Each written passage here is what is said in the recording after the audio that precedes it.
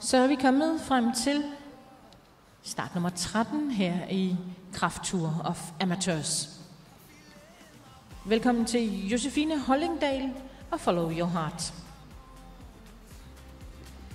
Follow Your Heart er en 14-årig dansk varmblodsvalak efter Heartbeat. Morfar er Impuls, og Follow Your Heart er opdrettet af Nadja Berendt.